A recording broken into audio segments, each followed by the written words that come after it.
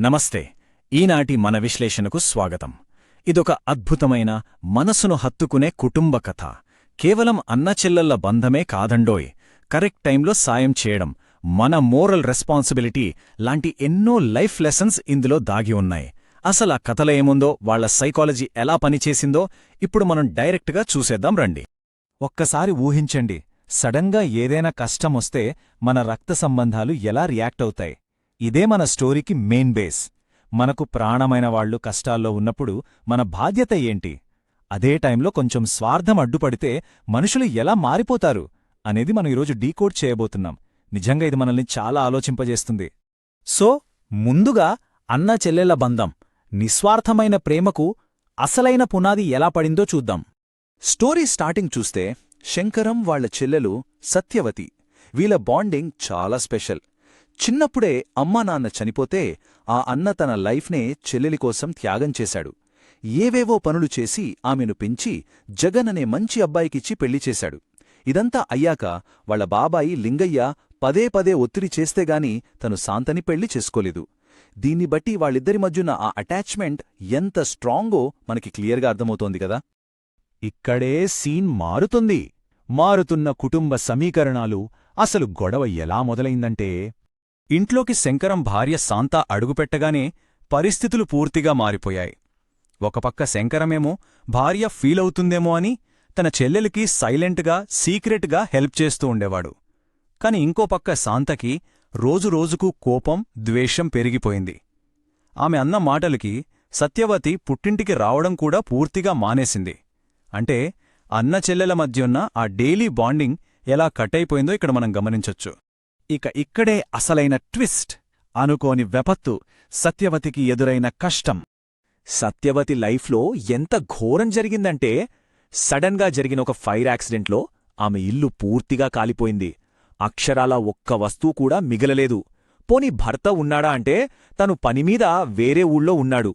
కనీసం తినడానికి తిండిలేదు.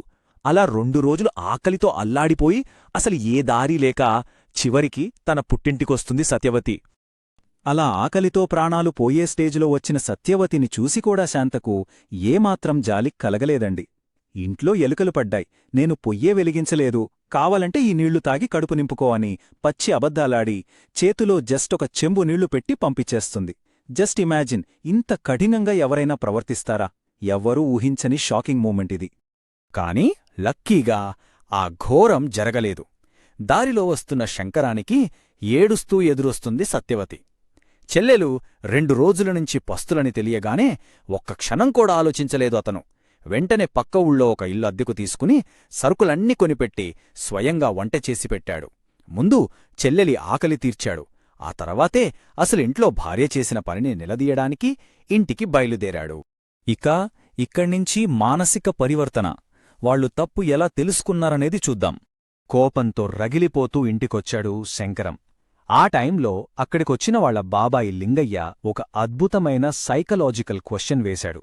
ఒకవేళ రేపు నీకేదైనా కష్టమొచ్చి నీ పుట్టింటికి వెళ్తే అప్పుడు మీ వదిన కూడా నీకు ఇలాగే మంచినీళ్ళిస్తే నువ్వేం చేస్తావ్ అని సూటిగా అడిగాడు.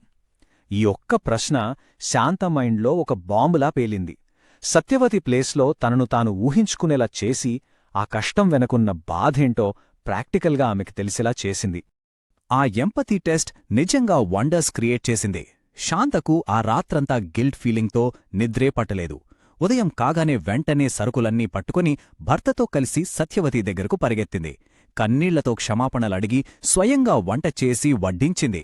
ఆ తర్వాత ఎంతో గౌరవంగా తన ఆడపడుచుని ఇంటికి తీసుకొచ్చింది. ఎంత హార్ట్ టచింగ్ మూమెంట్ కదా. ఇది నిజంగా చాలా ఎమోషనల్ అండ్ హ్యాపీ ఎండింగ్.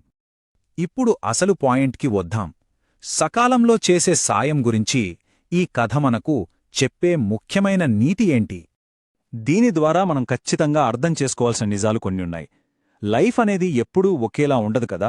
పరిస్థితులు రాత్రికి రాత్రే మారిపోవచ్చు. అందుకే ఎవరిని తక్కువ చేసి చూడకూడదు. అహంకారం అస్సలు పనికిరాదు. అన్నిటికంటే ఇంపార్టెంట్ ఏంటంటే, కష్టాల్లో ఉన్నవారికి నిజమైన సాయం చేసే అవకాశం బహుశా లైఫ్లో ఒక్కసారే వస్తుందేమో. ఆ టైం దాటిపోతే మనం ఎంత చేసినా వేస్ట్. ఎందుకంటే అవసరమైనప్పుడు చెయ్యని సహాయం అసలు చెయ్యనట్టే లెక్క. సాయమనేది ఎప్పుడూ దాని టైమింగ్ మీదే డిపెండ్ అయి ఉంటుంది. టైం దాటిపోయాక ఎంత బాధపడినా ఏంటి లాభం? ఫైనల్గా ఈ విశ్లేషణ మనకి మిగిల్చే ప్రశ్న ఒక్కటే. మన చుట్టూ ఉన్నవాళ్లు కష్టాల్లో ఉన్నప్పుడు వాళ్లకి సరైన టైంలో సాయం చేసే ఆ చిన్న అవకాశాన్ని మనం నిజంగా వాడుకుంటున్నామా? ఒక్కసారి ఆలోచించండి.